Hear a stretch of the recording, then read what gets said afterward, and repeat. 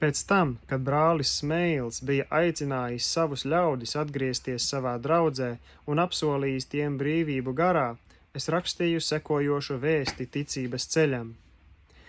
Jaunās derības draudze vakar piedzīvoja savus vasarsvētkus. Mums bija brīnišķīgs laiks. Vīri un sievas visā zālē zem spēka tika noguldīti pie zemes. Pāri šai vietai nolaidās pašu debesu atmosfēra. Tādu dziedāšanu es nekad agrāk nebiju dzirdējis. Tā bija pašu debesu melodija. Šķita, ka tā nāk tieši no troņa 1906. gada jūnijā. Tajā pašā datumā es rakstīju izdevumam Kristīgais ražas pļāvējs. Jaunās derības draudzē kāda jauna sieviete attīroties nogāzās pie zemes, un tā nogulēja stundām. Visā šajā laikā caur viņas lūpām plūda visdievišķākā debesu dziedāšana. Skaņa viļņojās, aizsniedza troni un tad pieklusa, bet pēc tam pārgāja gandrīz nezemišķās toņkārtās. Viņa dziedāja slava Dievam, slava Dievam. Visā namā vīri un sievas aizgūtnēm raudāja. Sludinātājs atradās nokritis ar seju pret grīdu un mira pats sev. Patiešām bija atnākuši vasarsvētki. Mums jaunās derības draudzē bija vairākas nakts lūgšanu sapulces, bet mācītājs Smeils nekad nesaņēma gara kristību ar pazīmi runāšanu mēlēs. Viņš atradās tikai pusceļā. Viņam tas viss bija jauns, bet vēlns darīja visu, lai šo darbu diskreditētu un sagrautu. Viņš iesūtīja ļaunos garus mūsu vidū, lai tie nobaidītu mācītāju un liktu viņam no tā visa atkāpties. Bet brālis Smeils bija Dieva Mūzus, kam bija jāaizvada savus ļaudis līdz Jordānai, kaut gan viņš pats to nekad nešķērsoja. To izdarīja. Bet brālis Smeils bija Dieva Mūzus, kam bija jāaizvada savus ļaudis līdz Jordānai, kaut gan viņš pats to nekad nešķērsoja. To izdarīja brālis Seimūrs, tomēr savādi, ka arī brālis Seimūrs pats nerunāja mēlēs. Viņš atvērās kādu laiku pēc Azusa notikumiem. Daudzi svētie tajā iegāja pirms viņa. Visi, kas tolaik saņēma šo gara kristību, runāja mēlēs. Daudzi Azusa sākumā paklupa piedauzīšanās dēļ. Viņi nespēja pieņemt tur pielietotos instrumentus un to dabu. Es uzrakstīju izdevumam Ticības ceļš sekojošas rindas. Kāds ir teicis, ka tas nav nekas liels, ja cilvēks spēj sakraut vislielāko krūmu kaudzi. Daudz vairāk padara tas, kas spēj savu kaudzi arī aizdedzināt, lai šī uguns apgaismotu viņa ceļu. Dievs nevar gaidīt, kamēr parādīsies pilnīgi pļaujas instrumenti. Ja tas tā būtu, viņš joprojām vēl gaidītu.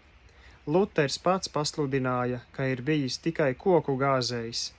Pionieriem ir tāda daba. Dievam ir vajadzīgs daudz vairāk kārtīgu kalpu, kas sekos pēc tam, kuriem būs dots uzdevums šos kokus simetriski sazāģēt. Dinamīta sainis nerada gala produktu, bet gan tikai atbrīvo akmeņus, lai vēlāk no tiem varētu izgatavot pieminekli, ko veiks apdāvināta skulptora roka. Daudzi Romas katoļu baznīcas cienīgtēvi Lutera laikā bija pārliecināti par reformas nepieciešamību un zināja, ka Luters atrodas uz pareizā ceļa, bet viņi sludināja, ka nekādi nevarot pieņemt, ka jaunai mācībai ir bijis jānāk no tāda stūra. Tas, ka šis cilvēks ir mūks, nabaga mūks, kas gatavojas visus mūs pāraudzināt, ir lieta, ko mēs nekādi nevaram pieņemt. Viņi teica, vai no Nāceretes var nākt kas labs? Jāņa 1,46. Kritusī cilvēce, lai arī kā censtos laboties, ir tik ļoti aizsegusies un noslēgusies sevī, ka ir un paliek nepilnīga, bet mēs glabājam šo mantu māla traukos.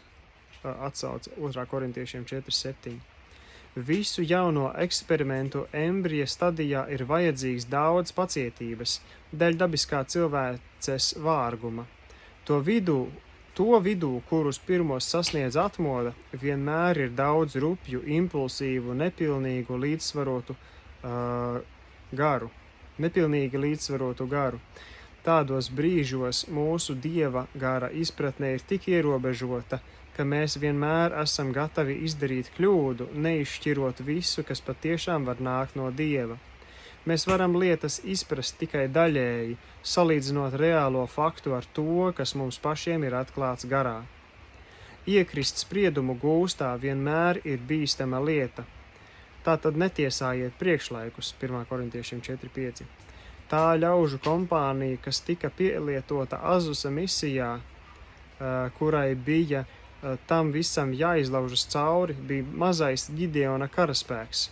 Tas sagatavoja ceļu uz uzvaru visiem tiem, kas sekos tālāk. 1906. gada 1. augustā es rakstīju izdevumam Ticības ceļš. Losandželosā, Amerikas Jeruzalemē, ir atnākuši vasarsvētki. Losandželosā tagad ir pierakstījusies katra sekta, ticības šķira un baznīca, kas atrodas zem debesis. Arī visu nāciju pārstāvji. Daudz reižu esmu ticis kārdināts brīnīties, vai mans spēks spētu uzturēt kopā darbojoties visu to, ko šeit redzu. Lūgšanu nastas ir bijušas patiešām milzīgas, bet kopš 1905. gada pavasara, kad pirmo reizi saņēmu šo vīziju un nastu, es nekad vairs neesmu šaubījies par gala iznākumu. Cilvēki tagad baiļojas par savas dvēseles stāvokli it visur, un atmoda ar tā neparastajām izpausmēm ir šo dienu galvenais temats. Notiek arī šausmīga pretošanās.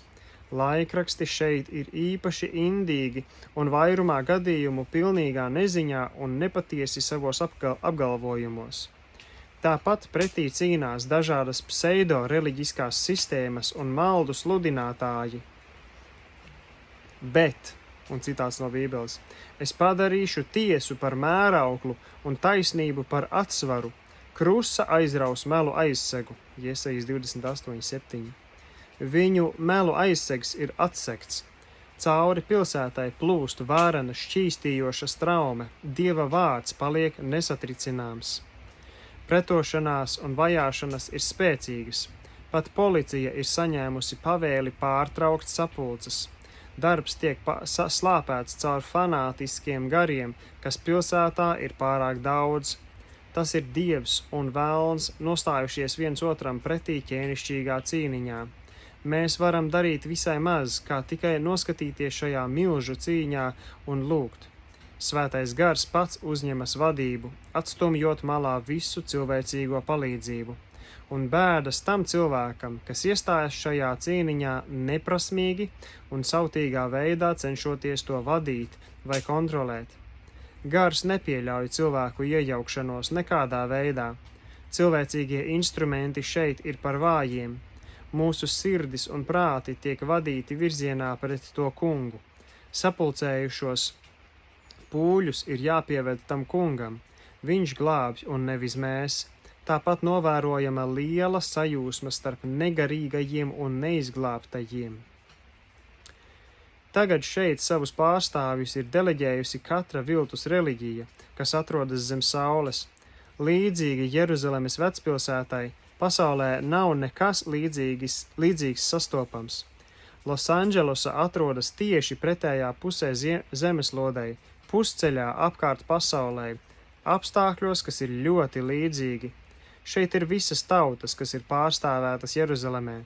Šeit sabraukuši tūkstoši no visām pasaules malām, Dieva sūtīti saņemt savus vasarsvētkus. Tieši viņi būs tie, kas izplatīs uguni līdz zemes malām. Misionāru degsme ir nokaitēta līdz baltkvēlei, tiek izdalītas gara dāvanas, draudzes ieroči atjaunojas. Patiesi mēs esam iesoļojuši atjaunotnes dienās, pēdējās dienās, brīnišķīgas godības pilnās dienās, bet šausmīgas dienas sagaida tos, kas atsacīsies pakļauties Dieva aicinājumam. Šīs ir jaunu iespēju, jaunas atbildības un soda dienas.